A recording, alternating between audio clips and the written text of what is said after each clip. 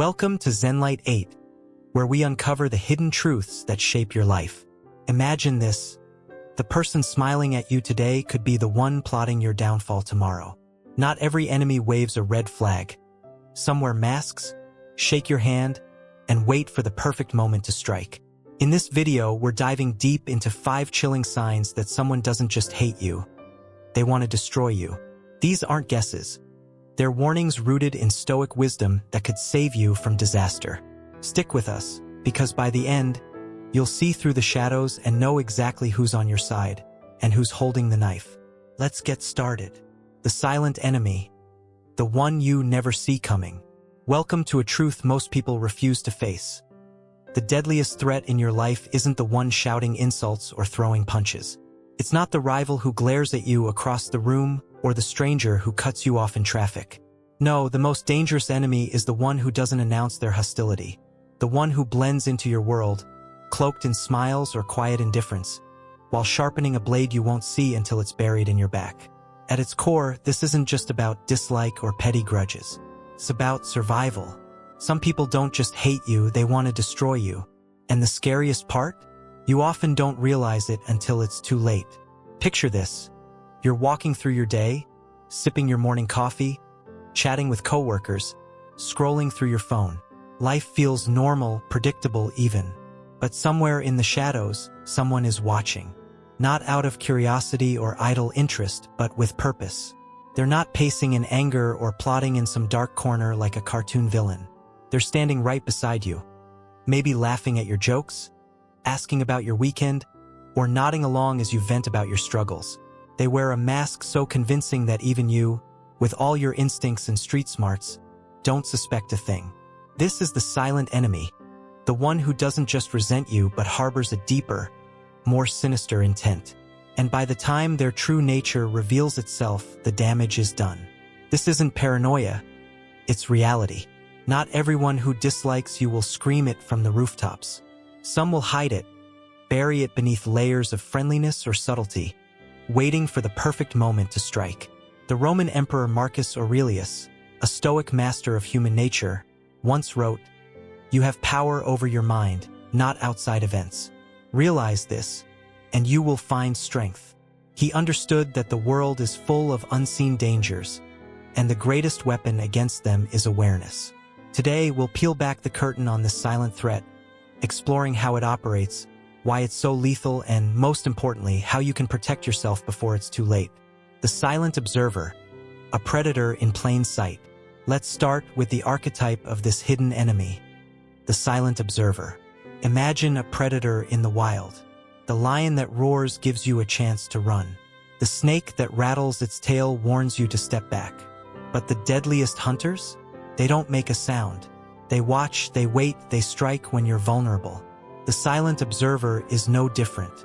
This isn't the ex who stalks your Instagram out of jealousy or the nosy neighbor who gossips about your late-night guests. No, this is someone who studies you with cold precision, piecing together your life like a puzzle. Not to understand you, but to unravel you. Think about your daily routine. You grab coffee at the same cafe every morning. You hit the gym after work. You post a quick story about your weekend hike. Harmless, right? To most people, yes. But to the silent observer, every detail is a weapon. They don't need to tail you in a trench coat or hack your phone. They just listen. They notice. A friend tags you in a photo at that new restaurant. A coworker mentions your Friday night plans in passing. Your cousin posts about your family barbecue. Bit by bit, they build a map of your life, where you go, who you see when you're alone. And then they position themselves inside it. First, it feels like nothing. You spot them at your usual coffee spot. Pure coincidence, you tell yourself. They show up at the gym, towel over their shoulder, giving you a casual nod. They ask about your weekend, mentioning a place you never told them you'd been. "Oh, I must have heard it somewhere," they say with a shrug. You brush it off because accusing them feels irrational, paranoid even. But deep down, something nags at you. Their timing is too perfect. Their presence is too consistent. They know things they shouldn't. And yet, when you try to pin it down, it slips through your fingers like smoke. This is their power, invisibility through ordinariness. They don't need to threaten you with clenched fists or venomous words. They don't need to raise their voice or glare in your direction.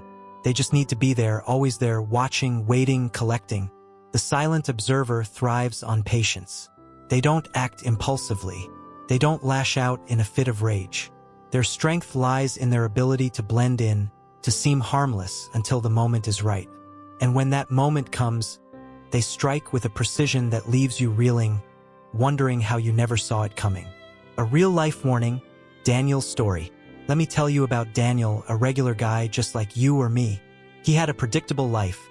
Coffee at 7 a.m., gym at 5 p.m., a quiet walk home under the streetlights. Then one day, a new face appeared at his gym. Ryan was quiet, polite, the kind of guy who never stood out. He'd nod at Daniel, maybe exchange a few words about the weather. Nothing unusual. But then Daniel started seeing Ryan everywhere. At the coffee shop, sipping an espresso in the corner. At the grocery store, browsing the same aisle. On his walk home, standing across the street, hands in his pockets, just watching. First, Daniel laughed it off. Small world, he thought, but the coincidences piled up. Ryan knew things, where Daniel had been, what he'd been doing, details Daniel hadn't shared. One night, as Daniel cut through the park, he saw Ryan again, leaning against a lamppost, eyes locked on him. No smile, no wave, just a steady, unblinking gaze. That's when it clicked. This wasn't chance. This was calculated. Ryan wasn't just some guy who kept showing up. He was a silent observer, mapping Daniel's life, waiting for the perfect moment to act. By the time Daniel realized it, he was already exposed. His routines known, his vulnerabilities laid bare. Daniel's story isn't unique. It's a pattern repeated across countless lives, in offices, neighborhoods, even families. The silent observer doesn't rush. They don't need to. Their weapon is time, and their goal is simple: to know you better than you know yourself.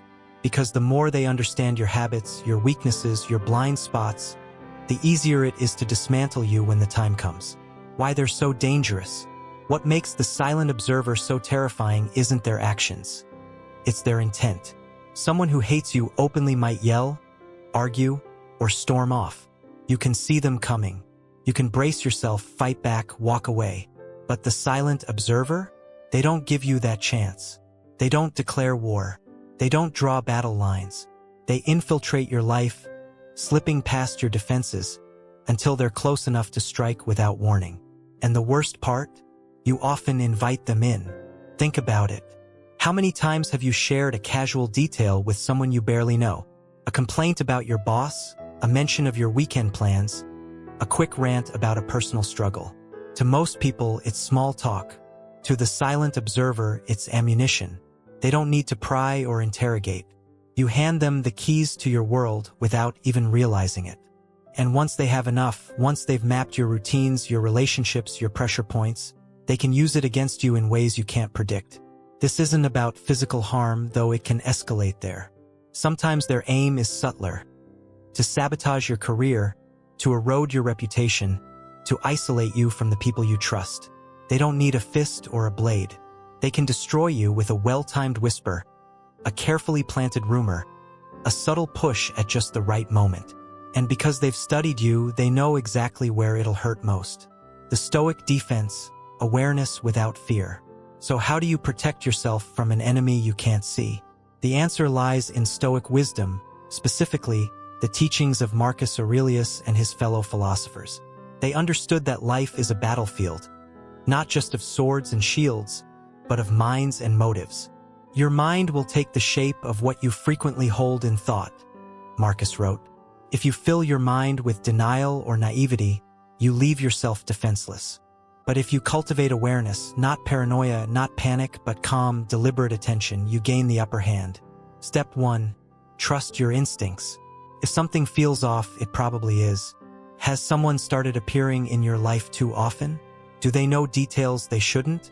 Does their presence leave you uneasy, even if you can't explain why?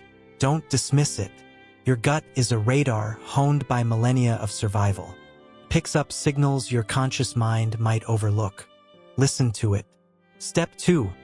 Observe without emotion. The Stoics taught detachment not as apathy but as clarity. Watch the people around you. Who's always there, hovering at the edges of your day? Who asks questions that dig a little too deep? Who seems to linger in places they don't belong? Don't confront them yet. Just notice. Patterns reveal more than words ever will. Step 3. Control what you share. Epictetus, another Stoic giant, said, "The more you reveal of yourself, the more you give others the power to use it against you." You don't have to become a hermit or a cynic. Just be selective. Not everyone deserves a window into your life. Save your trust for those who earn it through actions, not promises. Finally, disrupt their game. If you suspect a silent observer, change your patterns. Skip the usual coffee run. Take a different route home. Keep your plans vague. They thrive on predictability. Deny them that, and you throw them off balance. It's not about living in fear. It's about reclaiming control. The invisible war. Here's the hard truth. Not everyone who hates you will admit it.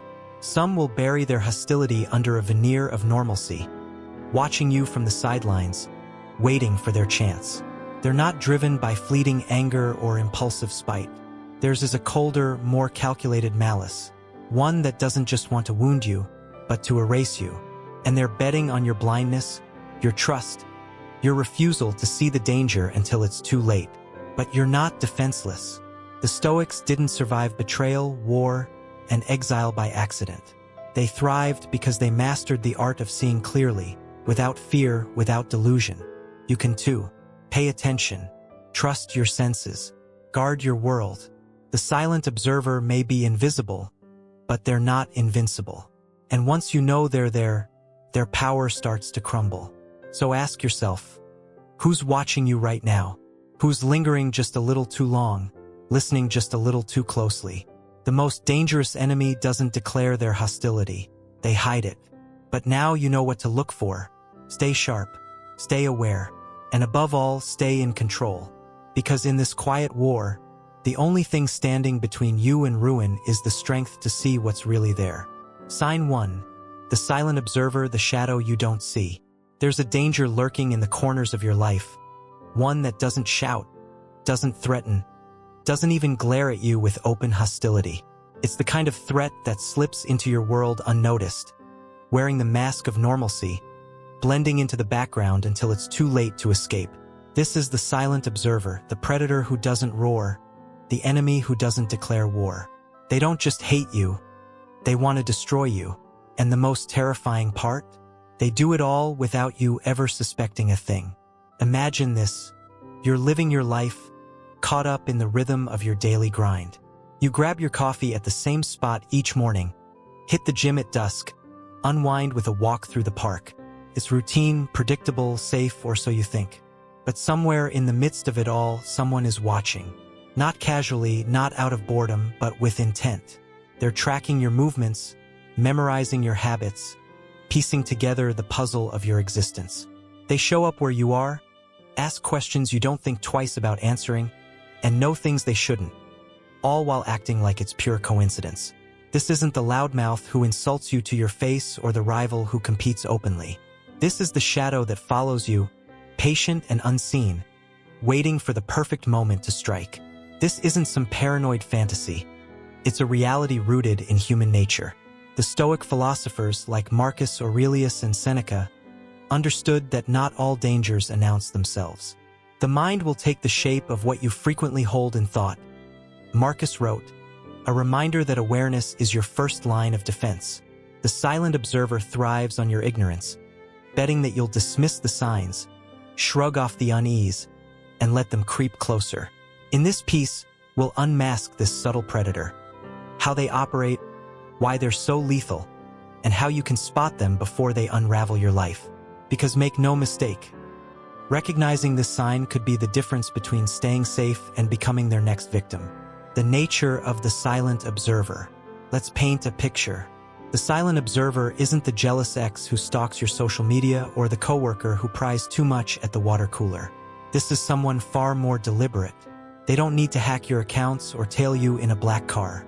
They just watch. They listen. They wait. Picture a hunter in the wild.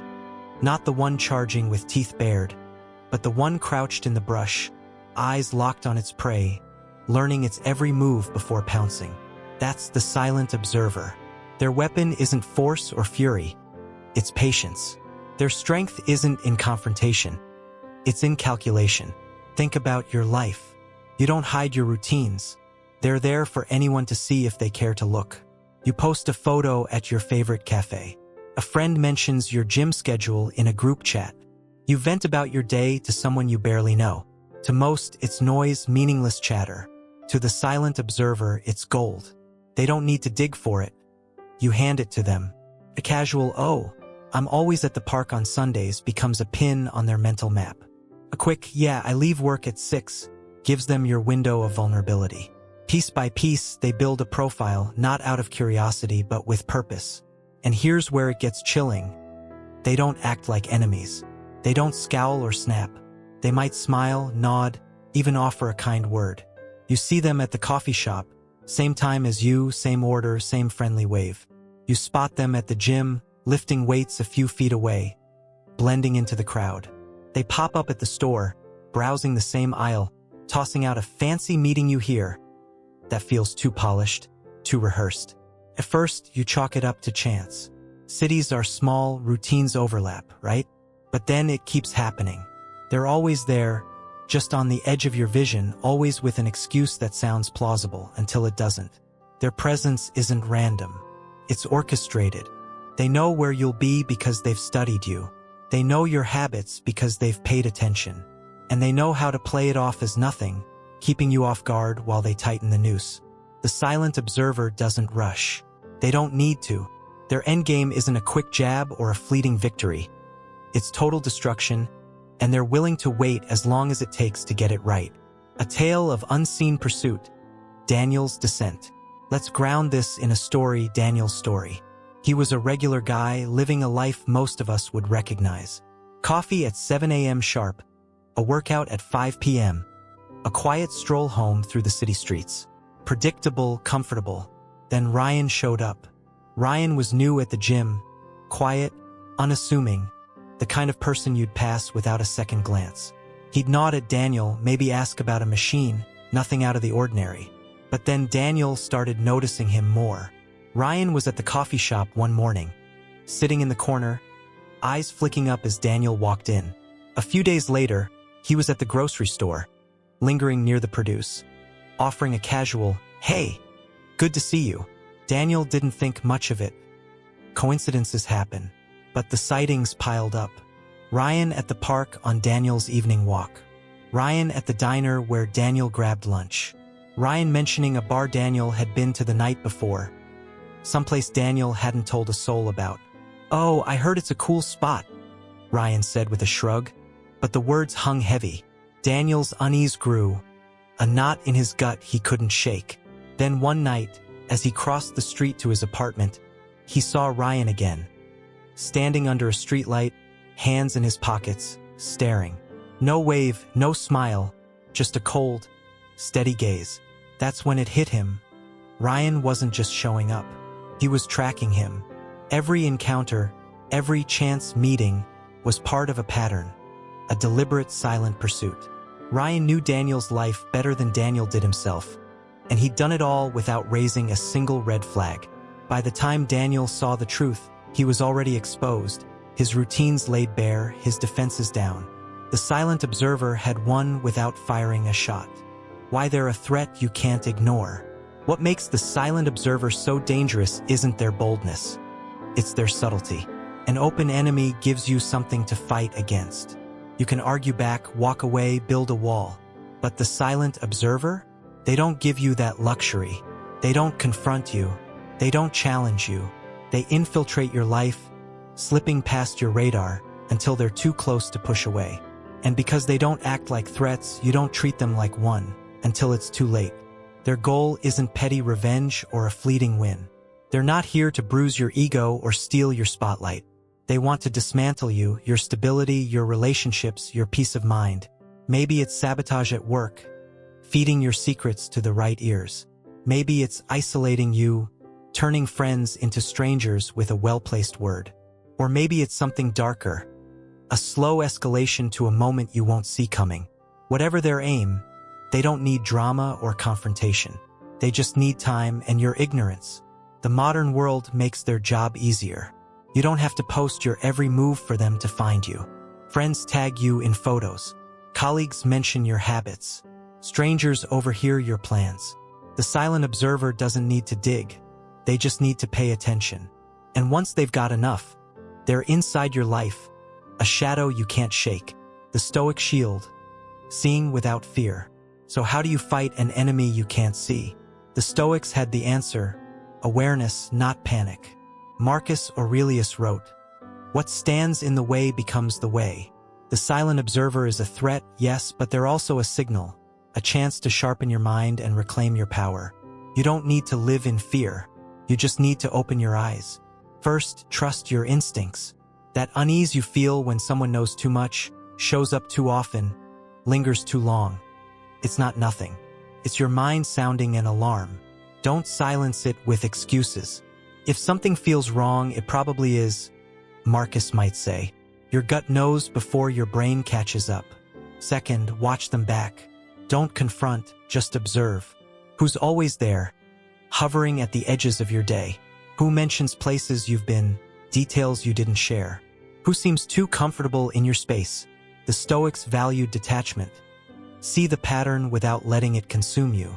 Facts don't lie. Feelings can mislead. Third, starve them of fuel.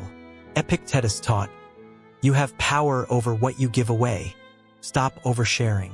Skip the casual mentions of your plans. Keep your routines vague. The silent observer thrives on what you reveal. Take that away, and their map falls apart. Finally, break their rhythm. Change your coffee spot. Shift your gym hours. Walk a different path. They rely on predictability, disrupt it, and you disrupt them. This isn't running. It's reclaiming the board. A Stoic doesn't flee danger, they outmaneuver it. The unseen edge. The silent observer is real, and they're counting on your blindness. They don't need to shout or fight. They just need you to keep living like nothing's wrong. But you're not helpless. You've got the tools: awareness, instinct, control. They may watch from the shadows, but you can shine a light back. Seneca once warned, a sword never kills by itself. It's the hand that wields it. The silent observer's strength is their secrecy. Strip that away, and they're nothing. So look around. Who's too present, too knowing, too convenient? The signs are there if you're willing to see them. Stay sharp, stay awake, because in this game, the first move isn't theirs, it's yours. Sign 2. Quiet betrayal, the knife you don't feel. Not every enemy comes at you with a raised voice or a clenched fist.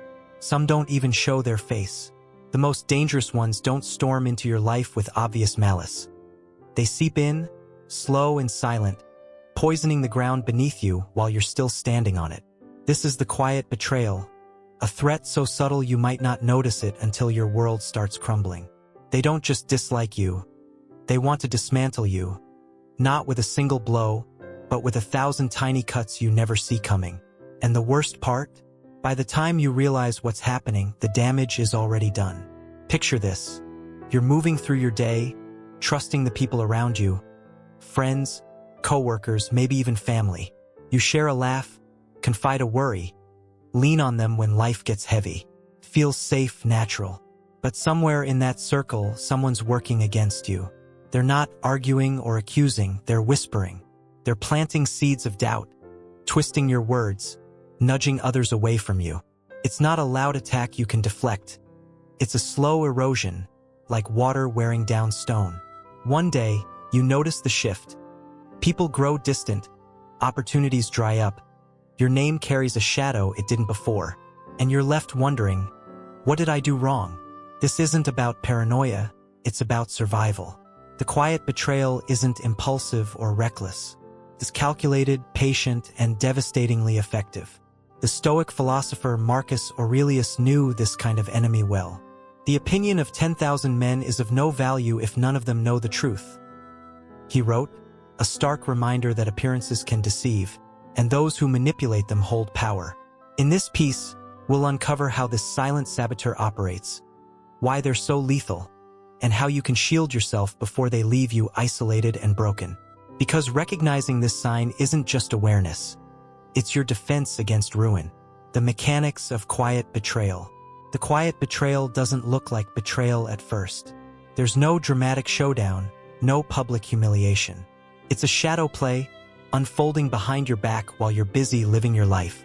Imagine someone in your orbit, maybe a colleague, a friend, even someone you've trusted with your secrets. They don't confront you. They don't need to. Instead, they wield something far more dangerous, influence. A rumor here, a half-truth there, a subtle jab disguised as concern. I'm just worried about them, they might say, brows furrowed, voice soft, but every word is a thread weaving a web to trap you. This isn't random gossip or petty spite. It's deliberate. They don't attack you outright, that's too risky, too visible. Instead, they let others do the work. They drop a comment to a mutual friend. I don't know if they're reliable anymore. They hint to your boss. They seemed off lately, didn't they? They twist a story you shared in confidence, just enough to make it sound careless or cruel. First, it's nothing you can pin down. No one's yelling. No one's pointing fingers. But the effects ripple out. People start pulling away. Invitations stop. Conversations grow cold. And you're left questioning yourself. Did I miss something? Did I offend someone? That's their genius. They make you doubt yourself while they stay clean. They don't need to lift a weapon. They turn your own world against you. It's not one big lie. It's a series of small distortions, each too minor to call out. But together they build a narrative you can't escape. They don't want to fight. They want you alone, vulnerable, stripped of the trust and support you've built. And they do it all without breaking a sweat, without ever looking like the villain. Emily's unraveling, a cautionary tale. Let's bring this to life with Emily's story. She was a rising star at her job, smart, dependable, well-liked. Her boss praised her work. Her colleagues leaned on her for advice. Then things started shifting. Her boss grew distant, skipping their usual check-ins. Coworkers stopped chatting at her desk. Projects she'd been promised went to someone else. At first, she blamed herself. Maybe she'd slipped up, maybe she wasn't as good as she thought. But the pieces didn't fit. No one could tell her what she'd done wrong. It was just a feeling. Then she noticed Sarah. Sarah was a coworker. Quiet, friendly, always there with a smile. They weren't close, but they'd shared a few lunches, swapped stories about work stress. Nothing deep, nothing suspicious. But as Emily replayed the months, a pattern emerged. Sarah had been there when Emily vented about a tough deadline. Days later, her boss questioned her time management. Sarah had heard Emily joke about a client. Soon after, whispers about her attitude floated around. Sarah had asked about Emily's weekend plans, then didn't show up to a team outing, leaving Emily to face an awkward silence alone. It wasn't one moment, it was a slow drip. Sarah never raised her voice, never pointed a finger. She just planted seeds. A casual remark to a colleague, a concerned glance to the boss, a misinterpreted story spun just right. By the time Emily saw it, her reputation was fraying, her allies were drifting, and Sarah was still there, smiling, sympathetic, untouchable. The quiet betrayal had done its work, and Emily never heard the strike. Why it cuts so deep? The quiet betrayal is lethal because it's invisible. An open enemy gives you a target you can argue, defend, walk away. But this is a ghost slipping through your grasp. You can't confront what you can't see, and they know it. They don't need to risk exposure or retaliation. They let others carry the weight. Your friends doubt you because of a whisper. Your boss sidelines you because of a hint. Your world shrinks, not through force, but through suggestion. And all the while, they stand back, hands clean, watching you unravel. It's not just your reputation they target, it's your foundation. Humans thrive on connection, trust, community. The quiet betrayer knows this. They don't need to hurt you physically. They can break you by cutting those ties. Isolation is their endgame. Leave you questioning your worth, your place, your reality. And because it's gradual, because it's quiet, you don't fight back until the ground's already gone. The modern world amplifies their power. A single comment online, a vague post, a private message. They don't need a stage to spread their poison. People fill in the blanks, assumptions take root, and suddenly you're the outsider with no clue how you got there. It's not loud conflict. It's silent warfare, and they're winning before you even know you're under attack.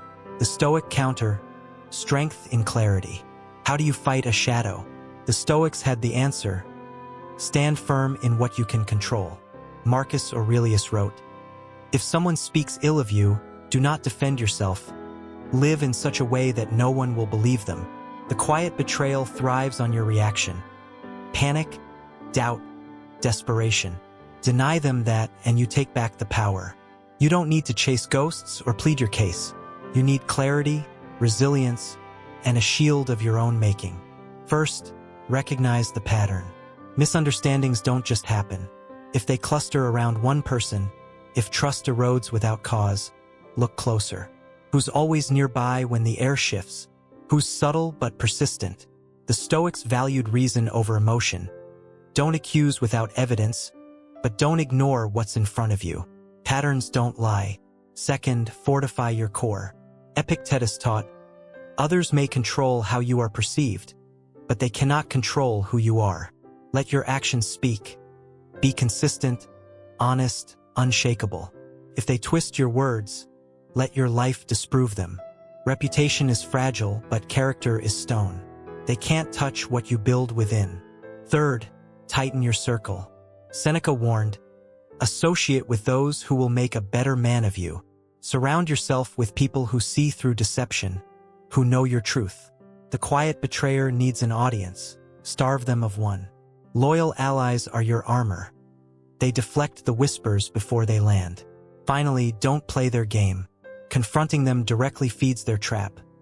They'll deny, deflect, turn it back on you. Instead, distance yourself. Limit their access. Let their whispers fall on deaf ears. A Stoic doesn't waste energy on shadows. They rise above them. The unseen defense. The quiet betrayal is a slow poison, but it's not invincible. They count on your blindness, your trust in the surface of things. But you're not defenseless. Marcus Aurelius said, it's not what happens to you, but how you react to it that matters. They can whisper, they can scheme, but they can't break what you refuse to surrender. See them for what they are. Stand tall in your truth, and let their silent war collapse under its own weight. So look around. Who's too quiet, too careful, too present when things go wrong? The signs are there, faint but real. Trust your eyes. Guard your ground. Because in this subtle battle, your strength isn't in fighting back. It's in never letting them in. Sign 3. The mask of friendship, the ally who cuts deepest. The most dangerous enemy isn't the one who stands across from you, fists raised, eyes blazing with hate. It's the one beside you, shoulder to shoulder, sharing your laughter, holding your secrets, wearing a smile so warm you'd never suspect the cold intent behind it. This is the mask of friendship, a betrayal so insidious it doesn't just wound, it shatters. They don't merely dislike you, they want to destroy you, and they do it by earning your trust, slipping into your life, and turning your own vulnerabilities against you. The scariest part? You don't see the knife until it's already in your back. Imagine this: you've let someone in. They're a friend, or so you think. They listen when you're down, cheer when you're up, ask about your dreams with a curiosity that feels genuine. You open up, share your fears, your plans, your struggles. It's human nature to trust, to connect. But while you're bearing your soul, they're taking notes, not to support you, but to exploit you. They're not there to lift you up. They're there to pull the strings. One day, you notice the cracks. A secret you shared whispered elsewhere. A plan you mentioned derailed. A confidence you gave twisted into a weapon. And the person you thought was your ally? They're still smiling, still close, still untouchable. This isn't a hunch, it's a warning. The mask of friendship isn't loud or reckless. It's deliberate, patient, and devastatingly personal. Marcus Aurelius, the Stoic emperor who faced betrayal in his own court, wrote, "Be wary of those who are too eager to stand by your side, for the man who needs to prove his loyalty is often the one most likely to betray you."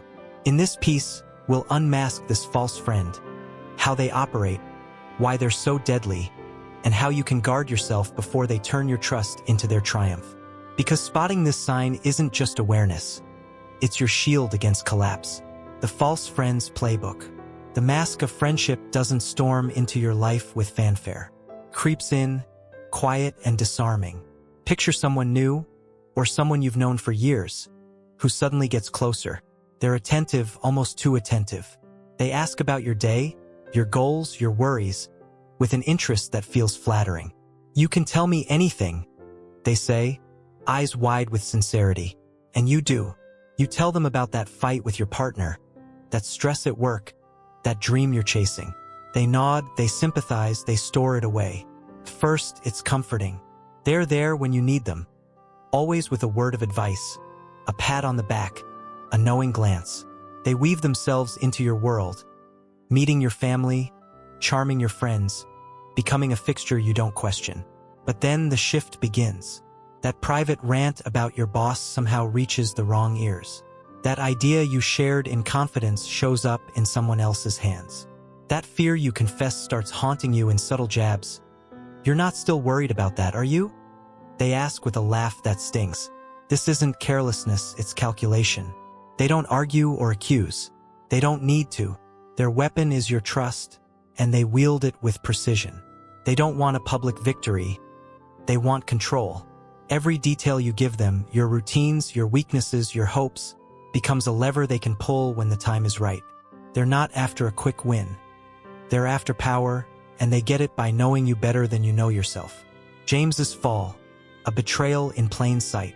Let's see this in action with James. He was a cautious guy, slow to trust, but when he switched jobs and met Daniel, something clicked.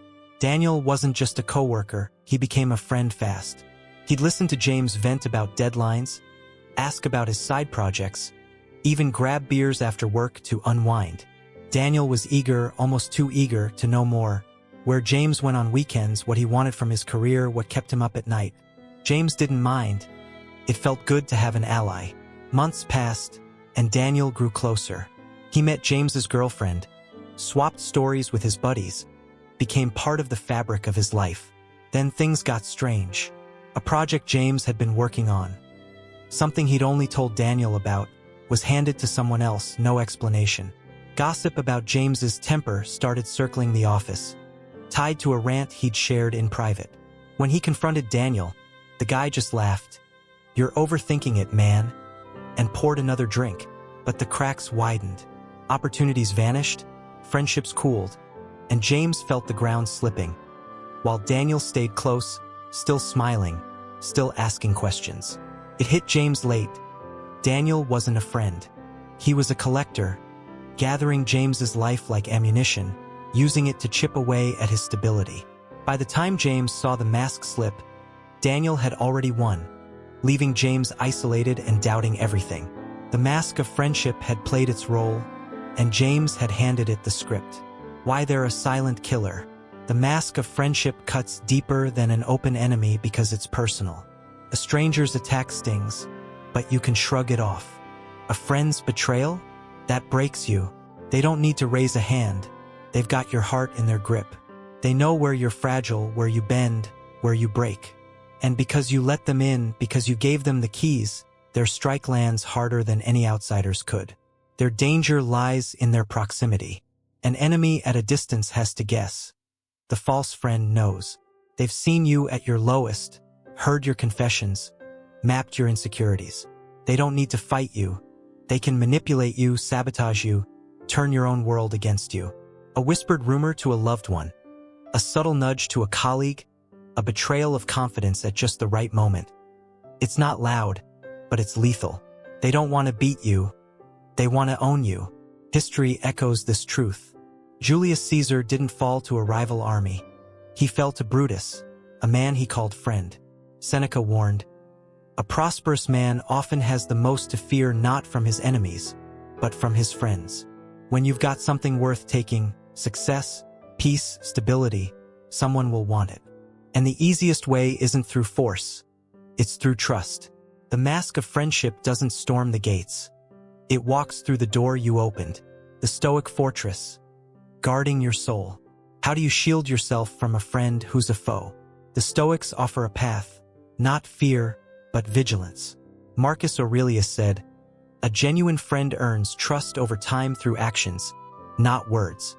The false friend rushes in, eager to break your walls before you've tested their foundation. You don't need to shut everyone out, you just need to see clearly. First, watch for the rush. Who's too quick to get close? Who's too hungry for your secrets? Too insistent on your trust? Genuine bonds grow slow. The mask of friendship pushes fast. If they're pressing to know you, your plans, your fears, your life, ask why. Curiosity is one thing, control is another. Second, limit their access. Epictetus taught, the more you reveal of yourself, the more you give others the power to use it against you. You don't owe anyone your soul. Share what's safe, keep what's sacred. They can't weaponize what they don't have. Be a listener, not a confessor. Let them talk while you hold back. Third, test their loyalty. Drop a small, harmless detail, a fake plan, a mild worry, and see where it goes. Does it stay between you, or does it spread? The Stoics valued truth over flattery. A real friend proves it.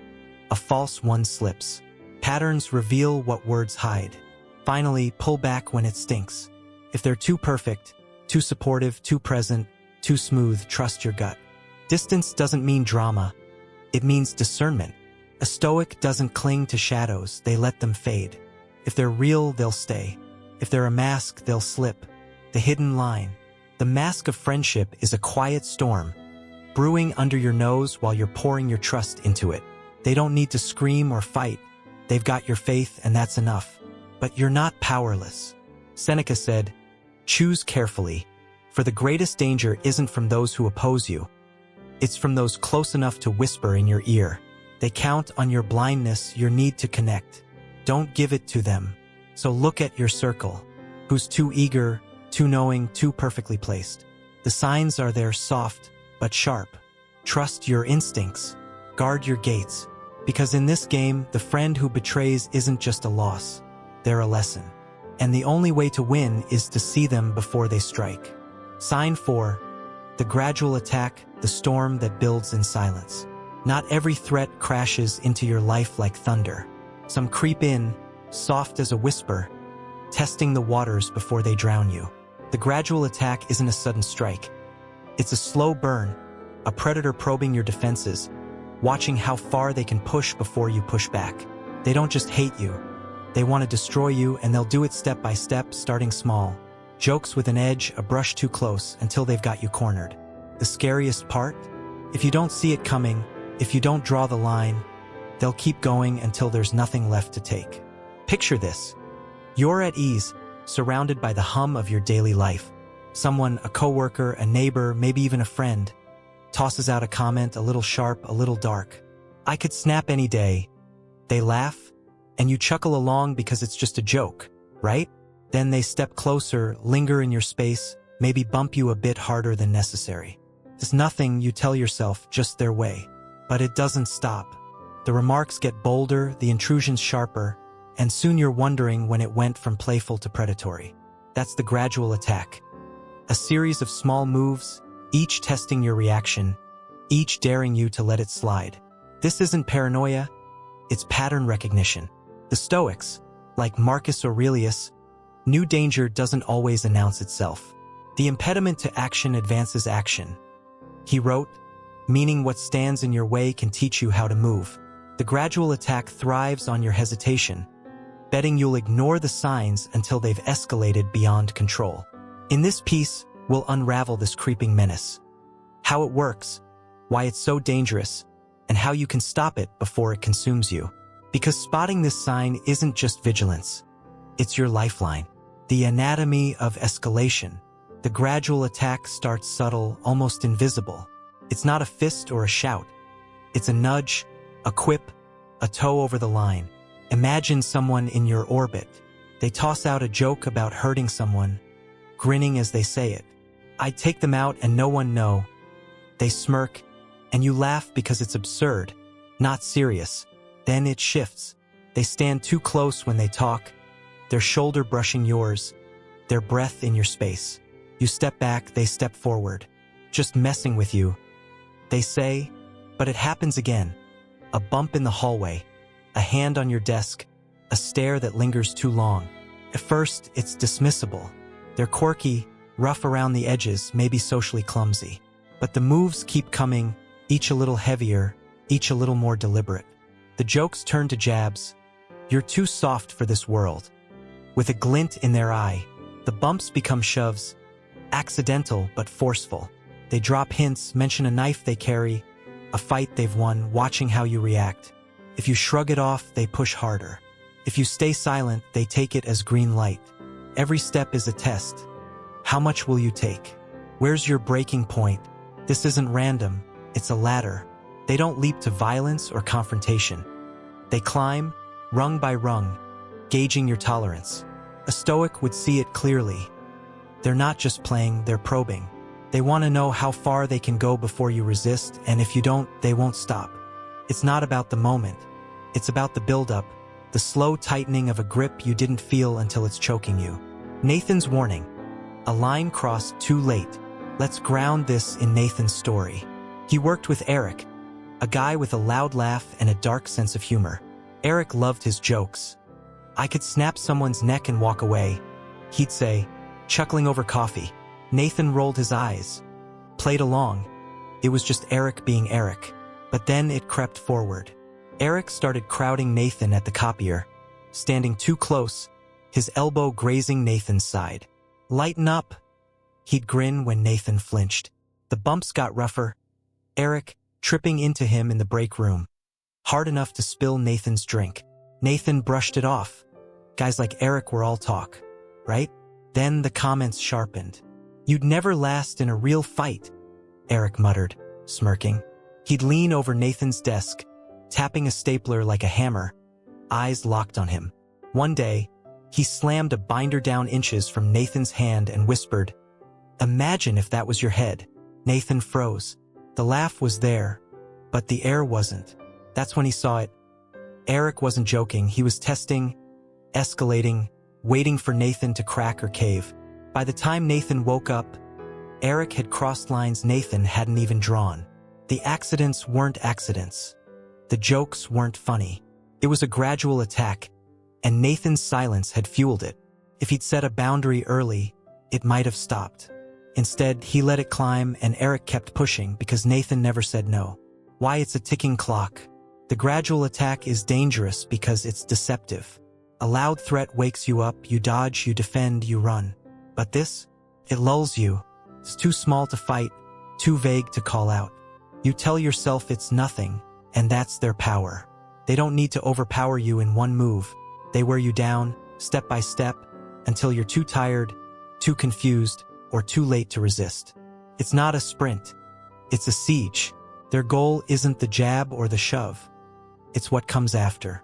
They're conditioning you, training you to accept more, to flinch less. If you laugh at the violent joke, they'll try the push. If you take the push, they'll try the threat. If you take the threat, they've got you. It's not just intimidation, it's domination, and they build it on your inaction. Every line you don't draw is a door you leave open, and they'll walk through it, slowly, surely, until they're standing over you. The world makes it easy for them. Crowded spaces mask the intrusions. Casual banter hides the menace. People see the smile, not the edge. And if you complain, you're overreacting, they'll say, or worse, others will. The gradual attack doesn't need witnesses. It needs your doubt, your hesitation, your fear of looking weak. That's the fuel they burn to keep climbing. The Stoics stand, drawing the line. How do you stop a storm before it breaks? The Stoics had the key. Act, don't avoid. Marcus Aurelius wrote, "What stands in the way becomes the way." The gradual attack is a challenge, and your response is your strength. You don't need to fear it. You need to face it, clear-eyed and firm. They thrive on your passivity, take it away, and they falter. First, see the signs. A joke about violence isn't just humor if it's repeated.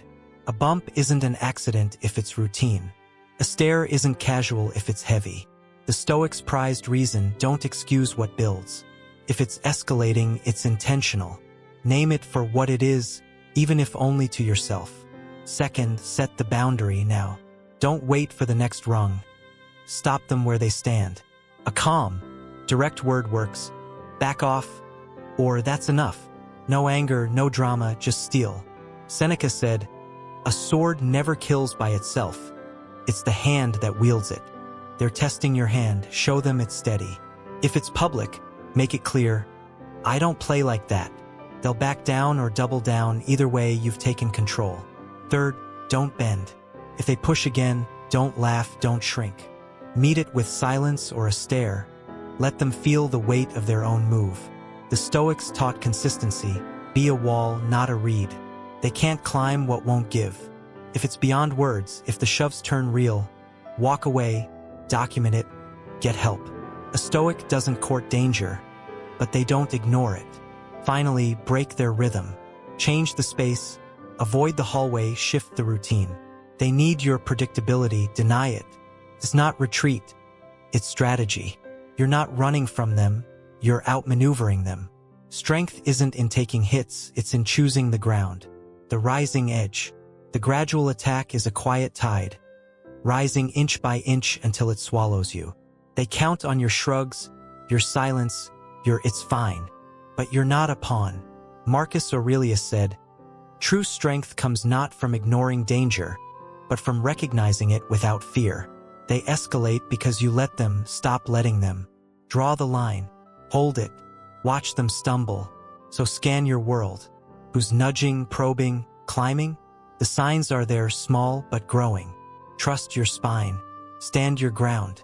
Because in this slow war, the win isn't in surviving the push. It's in never letting it start. Sign 5. The long game, the enemy who waits. Some threats hit like lightning. Fast, loud, impossible to miss. Others don't. The most dangerous enemy isn't the one who lashes out in a moment of rage or stumbles through a clumsy ambush. It's the one who plays the long game, the patient predator who doesn't strike today, tomorrow, or even next month. They wait, they plan, they watch, building a bridge of trust just so they can burn it when you're standing on it. They don't just hate you. They want to destroy you, and they'll take years to do it if that's what it takes. The worst part? You won't see it coming until the ground's already gone. Imagine this. Someone's in your life, steady as a rock. They're supportive, reliable, always there with a kind word or a curious question. They ask about your future, your next trip, your career goals, your big plans, with an interest that feels like care. You let them in, share your dreams, your timeline, your vulnerabilities. They nod, they smile, they file it away. Months, maybe years pass, and they're still there, until one day, everything you've built starts to crumble, and the hand that helped you up is the one pulling the strings. That's the long game. A slow, silent siege that ends when you're at your weakest. This isn't a guess. It's a reality the Stoics knew well.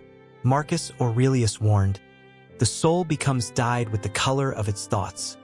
A reminder that appearances can mask intent. The long game thrives on your trust, betting you'll never suspect the ally who's been plotting your fall all along. In this piece, we'll expose this patient destroyer, how they operate, why they're so lethal, and how you can outlast them before they strike. Because recognizing this sign isn't just foresight, it's your survival. The patient predator's blueprint. The long game doesn't rush. It doesn't need to. Picture someone who's part of your world, a coworker, a mentor, a friend. They're not loud or pushy. They're steady, subtle, almost too perfect. They don't demand your secrets, they earn them. Where do you see yourself in 5 years? They ask over coffee, eyes bright with interest. Got any big trips coming up? They muse, casual as can be. You answer, flattered by their attention, and they tuck it away, not for connection, but for calculation. They don't act fast. They build. They show up when you're down, offer advice when you're lost, cheer when you win. They're the one you call dependable, the one who never seems to falter. Over time, they learn you, your routines, your ambitions, your soft spots. They don't argue or overstep. They blend in, a constant hum in your life. But behind the calm, they're mapping. When are you alone? When are you stretched thin? When can they hit you where it hurts most? Then the pivot comes, slow, almost imperceptible. That promotion you were chasing? It slips away, tied to a detail only they knew. That personal struggle you shared? It's whispered where it shouldn't be. That plan you laid out? It's undone, and they're still there, feigning surprise, offering sympathy. They don't strike with a hammer. They erode with a chisel, patient and precise, waiting for the moment you're too distracted, too trusting to see the trap. Ethan's blind spot. A fall years in the making. Let's see it play out with Ethan. He was sharp, intuitive, the kind of guy who could smell trouble a mile off. Then came Daniel, a coworker who seemed like gold. Friendly, helpful, never a hint of envy. Daniel didn't push, he just stayed close. Over beers, he'd ask about Ethan's goals. What's your next move at work? Over lunch, he'd dig deeper. How's the family holding up? Ethan opened up, his 5-year plan, his savings, his sister's messy divorce. Daniel listened, nodded, remembered. Years ticked by. Daniel was a fixture, there for Ethan's wins, quiet during his losses. No red flags, no cracks. Then it unraveled. A big promotion Ethan had been eyeing went to someone else. Someone who knew Ethan's pitch word for word, a pitch he'd only shared with Daniel. Office gossip flared about Ethan's money troubles, tied to a late-night rant he'd confessed years back. His stability wobbled. Colleagues distanced, trust faded, and Daniel was still there, shrugging. Rough break, man. Ethan replayed it. Daniel's questions, his presence, his patience. It wasn't friendship, it was a ledger. Every detail Ethan gave was a brick in Daniel's wall, built over years, ready to collapse when Ethan was high enough to fall hard. The long game had played out, and Ethan never saw the clock ticking. Why time is their weapon? The long game is deadly because it's invisible until it isn't. A quick attack gives you a chance, dodge, block, recover. This doesn't.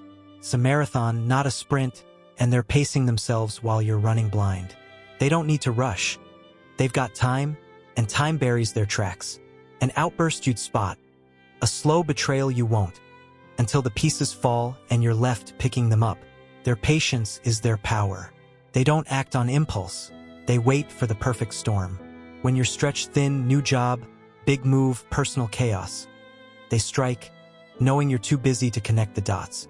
They don't need to overpower you. They outlast you, turning your trust into their leverage. A rumor planted years ago blooms when you're not looking.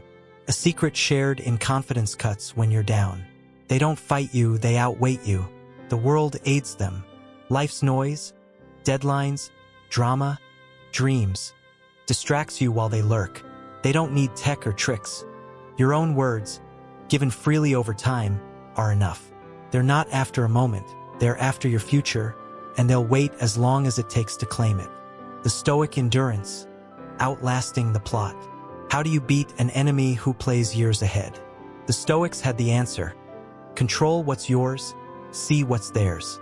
Marcus Aurelius wrote, "The soul becomes dyed with the color of its thoughts. Don't let theirs stain you. The long game banks on your trust and haste. Strip those away and their plan phrase. You don't need to outrun them, you need to outthink them. First, mind their interest. Who's too curious about your tomorrow, your trips, your goals, your next step? Care is one thing, obsession is another." The Stoics valued discernment. Don't confuse flattery with intent. If they're mapping your future, ask why. Second, guard your gates. Epictetus said, "Never give away more than necessary. Share less, listen more." They can't plot with what they don't know. Keep your plans vague, your weaknesses close. Let them guess while you hold the cards. Self-sufficiency is your shield. Dependency is their door. Third, watch the long play. Trust patterns, not promises. A true ally proves it over time, consistent, steady, real. The long gamer waits for your guard to drop. Don't drop it. If they're too constant, too perfect, test them. Shift a detail, watch it ripple. The Stoics lived by truth. Let it reveal what smiles hide. Finally, outlast them. Change your rhythm, new habits, new paths. They need your predictability, break it. Distance yourself, not with noise, but with silence. A Stoic doesn't chase confrontation, they sidestep it. If they're in it for years, let them waste them. Your strength isn't in fighting their game, It's in refusing to play. The timeless shield. The long game is a shadow stretched across years, a threat that grows while you sleep. They count on your faith, your openness, your rush to connect. But you're not their pawn. Seneca warned, "A prosperous man has the most to fear from those who wait. They're patient, but you're awake. See their moves. Hold your ground. Let their clock run out. So look back. Who's been there too long? Asking too much, waiting too quietly. The signs are faint but firm. Trust your mind. Lock your doors. Because in this patient war, victory isn't in striking back. It's in never letting them strike at all." How to protect yourself. The Stoic armor against hidden threats. The world isn't always what it seems. Beneath the surface of smiles, nods, and casual chatter, dangers lurk. Not the kind that shout or charge, but the kind that whisper, wait, and strike when you're least ready. These aren't random foes. They're the silent observers, the quiet betrayers, the masked friends who don't just hate you. They want to destroy you. And they're betting on your blindness, your trust, your hesitation. But you're not defenseless. The Stoics, Marcus Aurelius, Seneca, Epictetus, forged a philosophy not just for enduring life, but for mastering it. Their wisdom isn't theory. It's a shield. And today, it's yours. Imagine this. Someone's watching you too closely, asking too much, lingering where they shouldn't. Or maybe they're eroding your world with whispers, testing your boundaries with nudges, plotting years ahead while you sleep. You feel it. A tug in your gut, a shadow you can't name. That's where protection begins. Not in fear, not in panic, but in clarity. The Stoics didn't survive betrayal, exile, and chaos by accident. They thrived because they saw what others missed and acted where others froze. In this piece, we'll arm you with their tools. Awareness to spot the signs, distance to guard your ground, and action to stand unshaken. Because in a world of hidden knives, survival isn't luck, it's choice. Awareness, the eye that sees through shadows.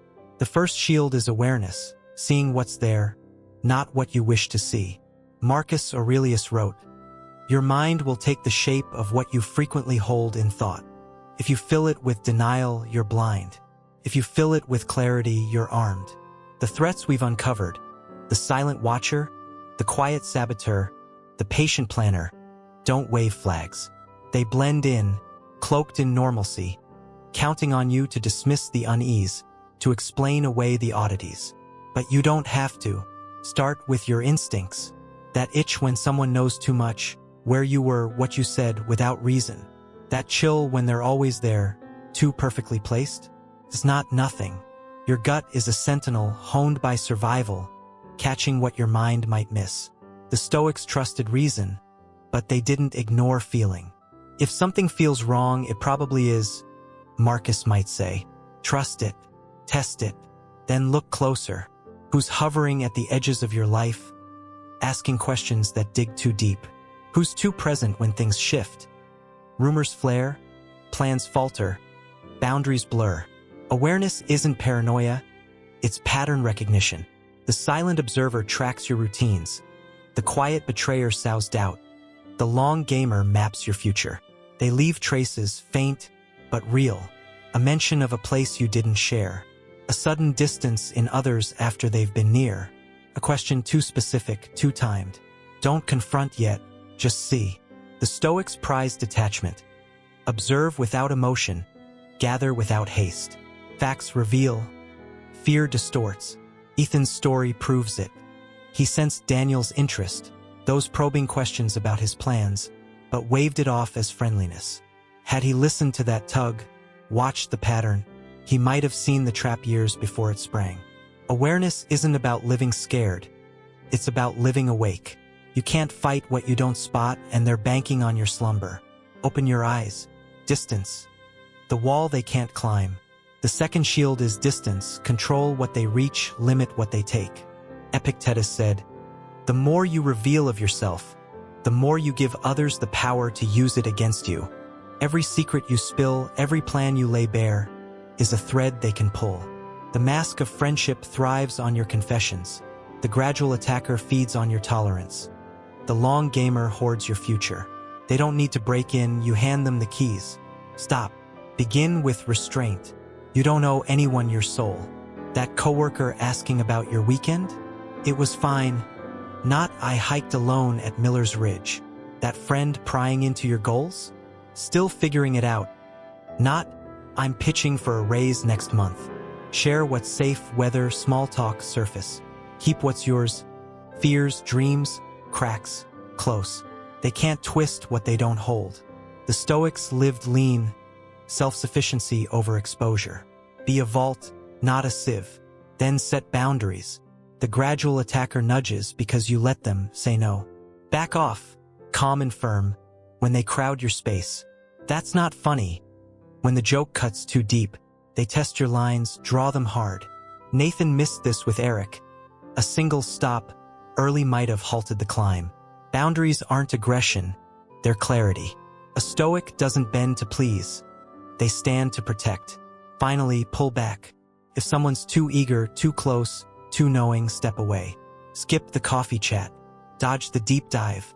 Distance isn't drama, it's discipline. James gave Daniel everything. Routines, struggles, trust, and paid for it. Starve them of fuel and their fire dims. They need your openness, deny it. You're not hiding, you're holding power. Action, the strength that breaks their game. The third shield is action, don't just see or shield, do. Marcus Aurelius said, "What stands in the way becomes the way." Threats don't vanish by wishing, they fade when you move. The Stoics didn't wait for fate. They shaped it. You can too. Build your core, bind your allies, and break free when the air turns sour. Action turns awareness and distance into victory. First, forge inner strength. Epictetus taught, others may control how you're perceived, but they cannot control who you are. The quiet betrayer twists your name. The mask of friendship wields your secrets. Let them. Your worth isn't their rumors or their knives. It's your spine. Live, true, honest, steady, unbowed. Emily lost her footing when Sarah's whispers spread. But if she'd stood firm in her work, her character, the lies would have crumbled. Strength isn't loud, it's solid. They can't shake what won't sway. Second, tighten your circle. Seneca warned, associate with those who will make a better man of you. The long gamer waits for your isolation. Don't give it. Surround yourself with the real ones, those who see through masks, who stay when the wind shifts.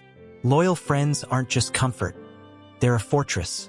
When Daniel turned Ethan's world, a few true voices might have drowned the noise. Build bonds not for show, but for steel. They deflect what you can't alone. Finally, walk away. The gradual attacker escalates because you stay. The long gamer plots because you linger, leave. If the signs pile up, if they watch too much, whisper too often, push too far, cut the thread. Change the job, skip the spot, drop the tie. It's not weakness, it's wisdom. The Stoics didn't cling to poison. They shed it. Nathan could have left Eric's orbit.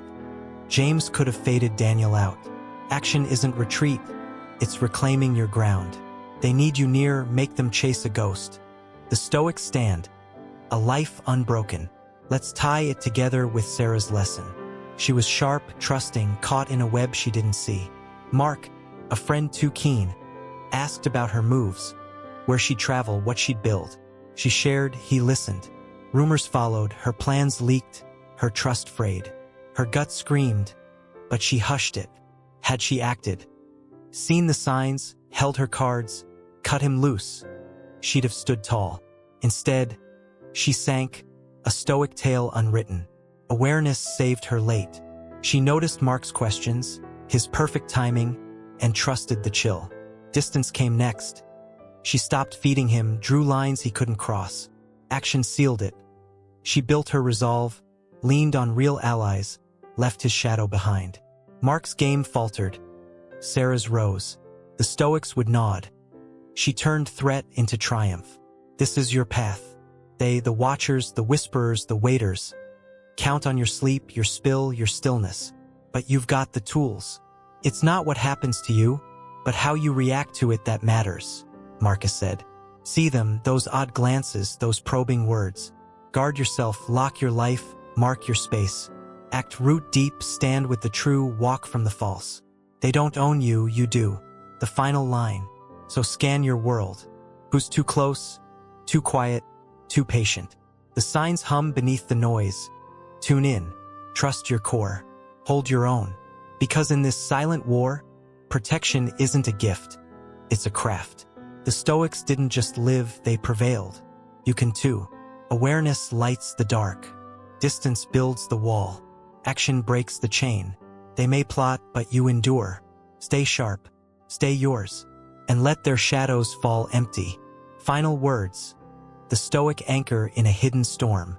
Here's the truth we've uncovered. The world is a battlefield, not of swords or fists, but of minds and masks. The enemies we've exposed. The silent watchers, the quiet betrayers, the patient planners. Don't announce their war. They creep, they whisper, they wait, betting on your trust, your silence, your blindness. But you're not their prey. You're a Stoic, armed with the wisdom of Marcus Aurelius, Seneca, and Epictetus. Masters who didn't just survive, but thrived amid deception and danger. Their lesson is your strength. Self-mastery, vigilance, and freedom from the fickle opinions of others. Marcus Aurelius said, "It's not what happens to you, but how you react to it that matters." They may watch your steps, twist your words, plot your fall, but they can't touch your core unless you let them. Seneca warned, "A sword never kills by itself. It's the hand that wields it." The threat isn't the rumor or the nudge. It's your choice to ignore it. Epictetus cut deeper. Others may control how you're perceived, but they cannot control who you are. Their whispers fade against your truth. This is the Stoic way. Not to bend to shadows, but to stand above them, rooted in what you command, your mind, your will, your resolve. Recognizing these signs, the too perfect presence, the subtle erosion, the long-buried intent, isn't just awareness. It's power. It's the first weapon in your arsenal, the light that pierces their dark. But knowledge alone won't save you. Action does. See the threat, yes, but move. Guard your space, yes, but hold it.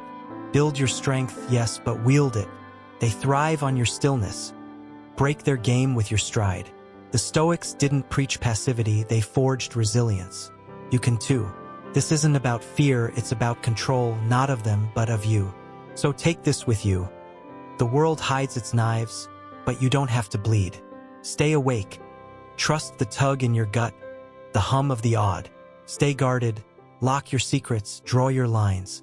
Stay strong, root in yourself. Lean on the true, walk from the false. Knowledge is your spark. Action is your steel. They may scheme, but you endure. That's the Stoic promise. Not a life without threats, but a life they can't break. And now, to you, the ZenLite8 family, thank you. From the depths of my heart, thank you for walking this journey with us, for staying to the end, for choosing to see clearly in a world of shadows. You're not just viewers. You're seekers, warriors of your own light. Your time, your trust, your presence here mean more than words can carry. If this stirred you, if it armed you, let us know. Drop "I see clearly" in the comments. Share your stories. We're stronger together. Hit that like, subscribe if you haven't, because this isn't the end, it's the start. More wisdom awaits, and we'll meet you there. Until then, stay sharp, stay true, and keep standing. Thank you, ZenLite8, for everything.